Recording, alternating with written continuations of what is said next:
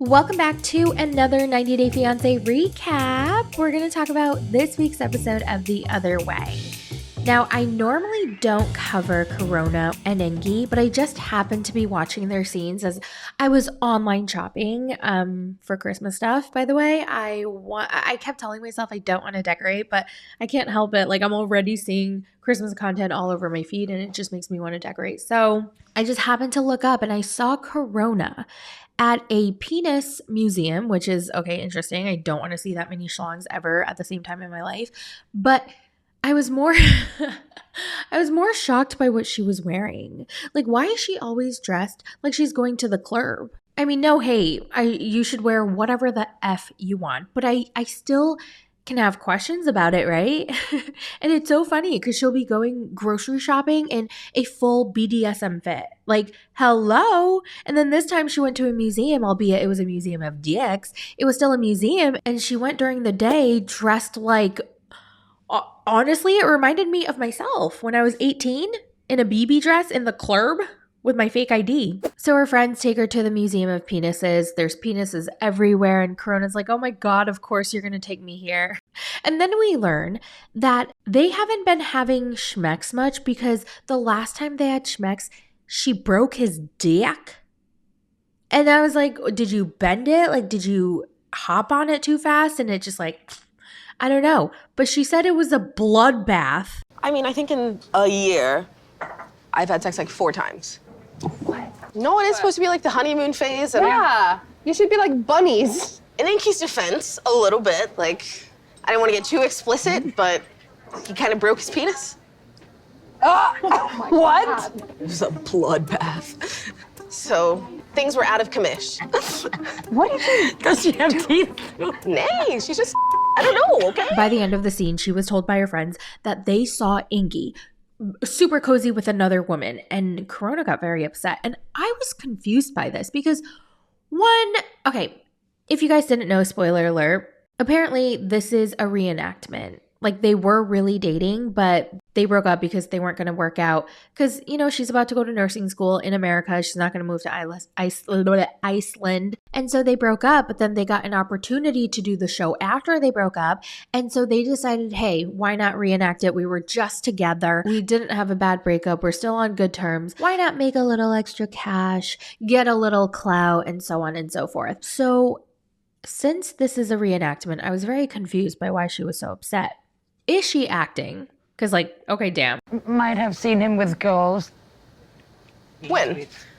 You didn't see him like kissing or like anything like that? No, nothing like that. Maybe you should look into acting as well on the side after you're delivering babies. But also, I found it really funny that Engie, when she approached Engie with this, he was very confused. You could tell that he kind of seemed a little flustered, as in like, why are you bringing this up? Why are you acting like this? Are you being for real? I thought we were just like faking this, and then we're going to get paid, and then we're going to go our separate ways. He legitimately looked confused. You'll see later on when she confronts him, he's like, I'm not thinking about marriage. What are you talking about? Yeah, I hang out with my girlfriends. What are you talking about? Like, that's the vibe I got from him. You yeeted those on the table. Are you okay? Yeah, he's mad. He's mad because you're trying to call him a cheater on national TV. You're as in this as I am? Y'all, he is so confused. Look at that face. Is that a face of a man who understands what she's saying right now? How are you so caught off guard? He's caught off guard because you guys are supposed to reenact your relationship, and all of a sudden you're acting like this is real, and he's like, what the hell? What chapter did I miss? Okay, I have a question for you guys. So, like I said, we know that this is a reenactment. They were together, but they broke up by the time they filmed this. And then the producers reached out to them and they're like, hey, we want to film you. And they're like, okay, let's get back together and let's just like do this for fun. So I want to know, if you guys had the opportunity, like let's say you and your boyfriend, fiance, applied for the show. You guys were very much in love. You guys planned to get married. And then a year goes by and then you and your fiance broke up 6 months ago, but okay, I'm making this way too complicated. The point of the matter is you were engaged, you broke up, then the producers reach out to you after your breakup, but you guys broke up amicably. Wait, why can't I say that? Amicably. You guys ended on good terms is what I'm trying to say. And you guys are both still single. Would you contact your ex and be like, hey, I have this amazing opportunity. Let's just retell our love story? I feel like I would. I feel like it would be fun. Moving on to James and Tata. So James tries durian for the first time, and I want to know if anyone in my audience or Patreon subscribers have tried durian. I've seen it a bunch of times because I'm a huge mukbang viewer, and the people who eat it like it's the most delicious thing in the world. And I have a friend who also thinks it's the most delicious thing in the world. And listen, I know it's super offensive to make such a fuss and to say that a cultural food is very disgusting and bleh, don't do that. But I do think it's an acquired taste, and to certain people, you don't smell that offensive smell, and the taste is actually good.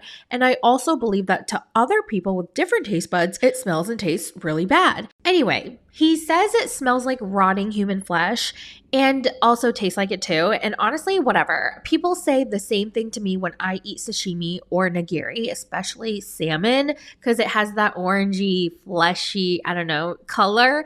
And some people think the texture is absolutely disgusting. And honestly, if you feel like it's disgusting, then I feel bad for you. And I believe you. I feel like you really think it's disgusting. But I just think it's so delicious. I love sashimi. I love nigiri. I just love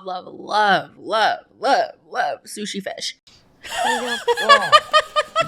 Okay, I'm going to bet money on it. That is how James eats puss. The happy couple are getting ready for her family members to come. Actually, 5 of her siblings, and I think she said friends are coming to visit them. One of her sisters, her name is Angel. According to James, she spread a very bad lie about him. She said that she had a friend in America who told her that James had mistreated his ex-girlfriends. And apparently that was a lie. And his response to that was, she doesn't even have friends in America. Now, would I respond to that claim with that? No, I would respond it with, I never did that. That never happened, but whatever. So apparently a year later, she apologized for spreading the lies. But despite the apology, their relationship was never the same. So she hasn't seen her sister in about 3 years.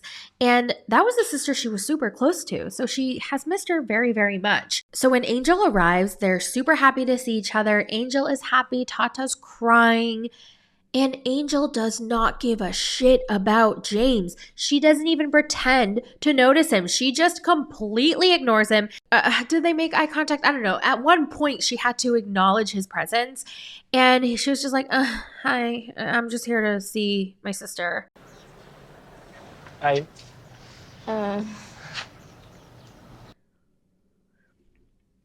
I mean, James handled himself well. That was very effing awkward. He was like, yeah, I just laugh when I'm nervous. I don't mean to be laughing at you.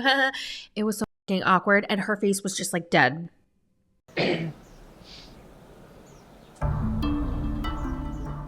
Why does she hate him so much? I mean, James sucks. We know that. But why does Angel hate him so much? So much that she would spread a complete blatant lie about him. Oh, wait, we find out. She's upset that Tata got married and moved to America so fast with basically a stranger. And she wanted to stop it. So with that in mind, she lied to her parents about James and made up a rumor so that would, deter Tata from going. I mean, I totally get not wanting your sister to marry a guy she doesn't know and move to a different country. I get that, but to lie? Pull a lie out of thin air? I don't know. I feel like there are other ways and different things you can do to handle that. She tells him, you stole my sister. I don't even know you, so how should I trust you? And he's like, you still don't trust me? We've been married for 3 years. And she looks at Tata and she's like, are you even happy? And Tata's like, yeah, I am, because we moved here. And Angel's like, you moved here? How the hell is James going to make money then? He can't get a job here. He doesn't even speak the language. And Tata goes, we're going to figure it out. Oh, brother, figure it out. What the hell are you going to figure out? And then what you going to do here? What are we going to do? That's the problem we're running into. You're working in the USA, right? Yeah, we will figure it out. Joanne introduces Sean to her mom, Donna, over video chat, and the mom grills him. And I'm like, good. I wish she grilled him harder. And honestly, she should have grilled her daughter too, because they both are shitty parents. Let's move on to Lily and Josh. Now, Lily and her daughter Vivian are shopping, and Vivian continues to try to get her mom to kick Josh to the curb. And apparently that morning, Jared, it wasn't even freaking Josh, it was his brother who texted Lily to let her know that Josh realized the mistakes that he made, and he felt so bad. So now Lily's like, oh, he's such a sensitive soul. He attacks others because he feels insecure, and she's just making excuses for him. And Vivian is fed the fuck up. She's like, oh, mom, if you're going to keep defending him, then stop complaining about him. I understand Vivian is worried for me, but I really wish she would stop questioning everything about Josh. Then stop telling your daughter all about your problems with him. Vivian's like, okay, well, tell me something good about your relationship since you have so many bad things. And Lily goes, I like the way we hold each other when we go to sleep. Oh God, this woman is lonely. She is lonely. She wants companion. And of course I get wanting companion, but you're so desperate that you're going to settle for that? Then Vivian learns that her mom and Josh haven't had schmecks in about 7 months. And since he came to China, like, remember, they hadn't seen each other for so long, and then he finally comes back to China to move, and they still haven't had schmecks? He hasn't even tried. So Vivian's like, oh, hell no. That man does not love you. He does not want you. And she tells her mom point blank, I don't think this is going to end well. And it looks like in the next episode, she's going to forgive him after he apologizes and does this little sad puppy face. Yeah, I did something wrong. And she goes, oh, like you can watch her heart melt. Like you can see it in her face. I think women need to learn how to be alone. And if you're in a great relationship, of course, I'm not talking about you. Thrive in your relationship. I am so happy for you. If the right guy comes and lays on my lap or falls in my lap, like, trust me, I'm not going to push him off, okay? But I'm not out and looking because I am okay being alone. So I just like women, I wish we could just learn how to enjoy our own company.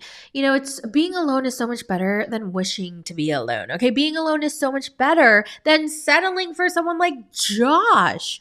Are you kidding me? But that's only because she doesn't like being alone. And I get it. Loneliness sucks. It really, really sucks. It makes you very, very sad. So I'm very sad for her. I don't know. You know, you can completely be with someone in a relationship, live with someone, and still feel alone. So might as well be alone and enjoy your own company. Well, that's it for the toe recap. What did you guys think? Let me know all your thoughts in the comments, and I will talk to you guys in the next video. And I'm so sorry about my congestion again. Thank you guys so much for your well wishes. You guys thought I was sick. I am actually not sick. For the last couple days, I have been congested in this apartment as soon as I wake up.